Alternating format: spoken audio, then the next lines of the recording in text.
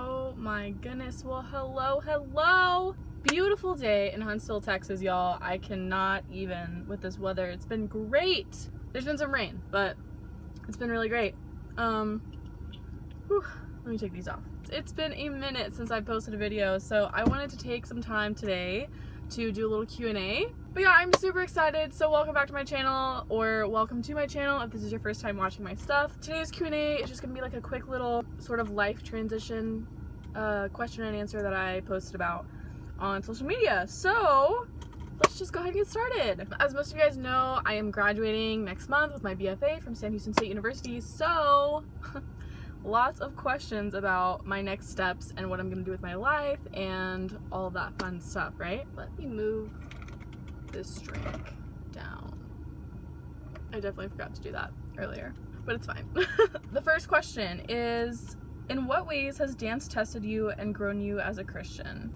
Wow, that's an intense question. I feel like in the college setting, it's been really challenging. It's hard, like the balance between wanting to be creative but wanting to stay true to yourself and your values. That goes for anything in life, but especially in the arts, it's hard because people want to take risks and people want to try new things and do things that haven't been done before, and you know, I'm no exception. I don't always like to put labels on stuff, but being a conservative Christian in the dance department where I am has been definitely a challenge.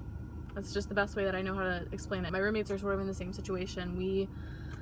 All three of us are pretty strong in our faith, and we just sort of believe that we've been strategically placed where we are. It's kind of tough. You're sort of finding out and becoming who you are and who you want to be. And so just staying true to yourself, like I said earlier, has been hard, probably the hardest part. Because you have all these different sort of influences around you, right? All these different little people and things whispering in your ears. You're just going through very much a growing phase of your life. So we've been pretty good about keeping each other accountable, recognizing that we have been placed here to be a light and just carrying that out to the best of our abilities. So in what ways has it tested me? I think it's just really furthered my understanding of what I believe and like want out of the dance world coming out of college. Because it's not going to be everything, and everything's not for everyone. Okay, number 2. If you could teach any age or skill level, what would it be? So this is pretty easy for me. I've been teaching for a few years now. I primarily teach like little babies, and I love them to death. They're super cute, but it's a lot like babysitting, and it's hard work because you can't do a lot of teaching if you're just constantly chasing them and running around and trying to rile them up away from their parents, you know, like you never actually really get to teach. You're sort of just, you know, babysitting.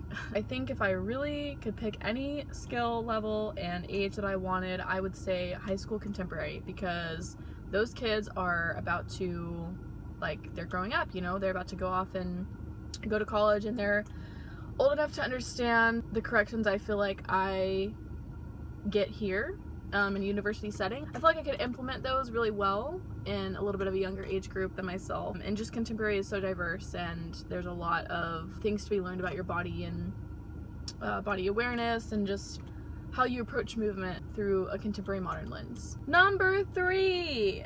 You'll be dancing and teaching when you get back, but what will you do with your other free time? Well, to be honest, I'm not sure how much I'm gonna have. I'm gonna continue to work retail. I'm obviously gonna keep auditioning for dance companies around Dallas, so you know, hopefully I get to dance professionally pretty soon. But if not, I will just continue working as much as I can, picking up anything on the side that's available to me. Also, I have been really interested in event planning ever since I got certified for that, so I've sort of been looking into internships and opportunities to further my knowledge and experience in that field. Also, I've potentially been thinking in the back of my mind about getting a business degree, so who knows. 4. Have you set any other goals for when you're living the DFW life?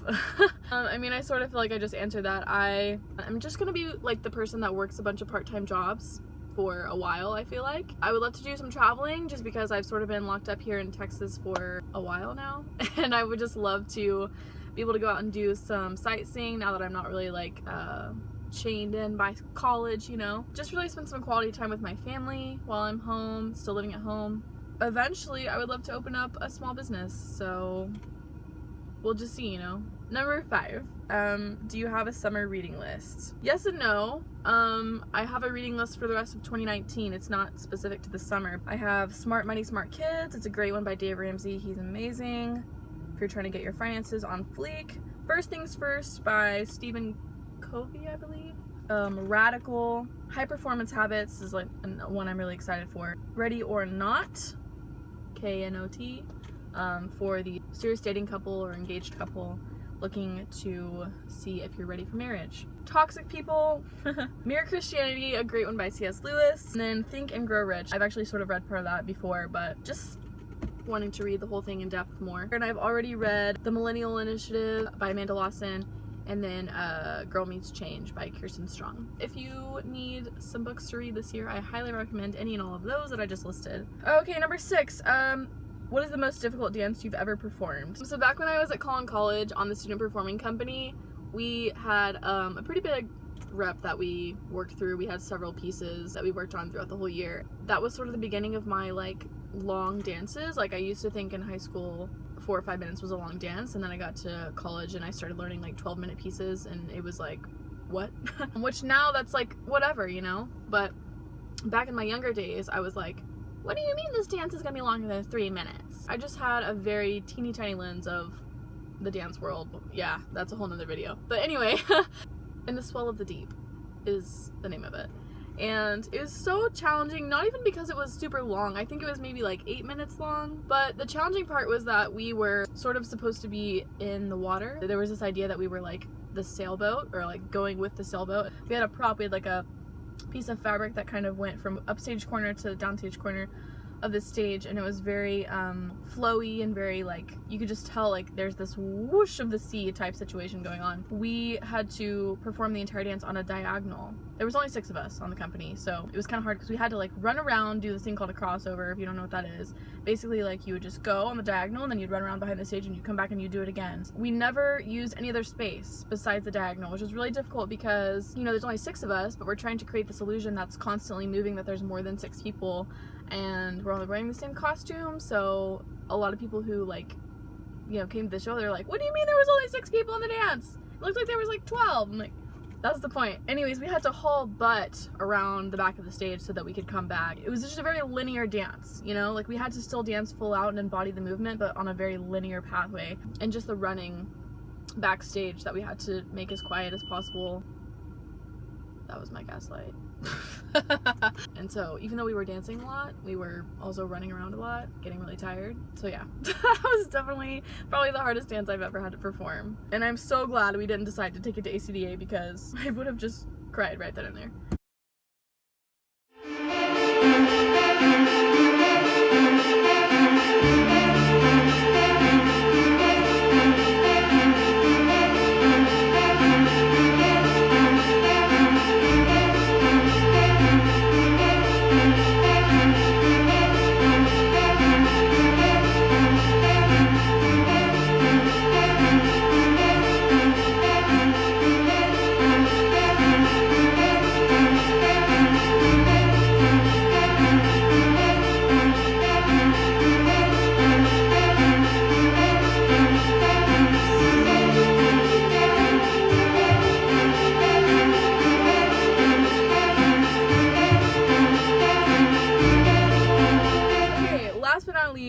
What are your plans to transition from university dance to professional dance? I've already sort of been doing that.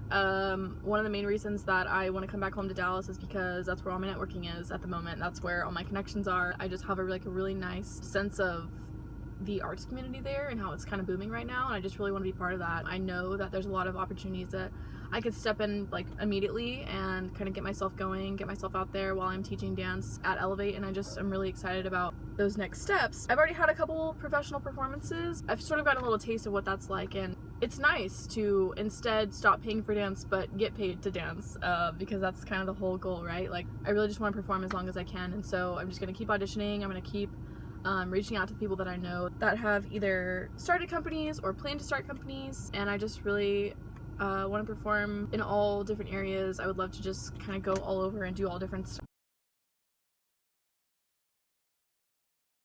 Okay guys, well that's all for this Q&A. Hope you enjoyed it. I hope I answered some of your questions, and I'm not sure what my next video will be, but if you have thoughts about that, comment down below, follow me on social media, and give this a big old like and subscribe. I hope you're having a good day, night, wherever you are, and I'll catch you guys in the next one. Bye, guys.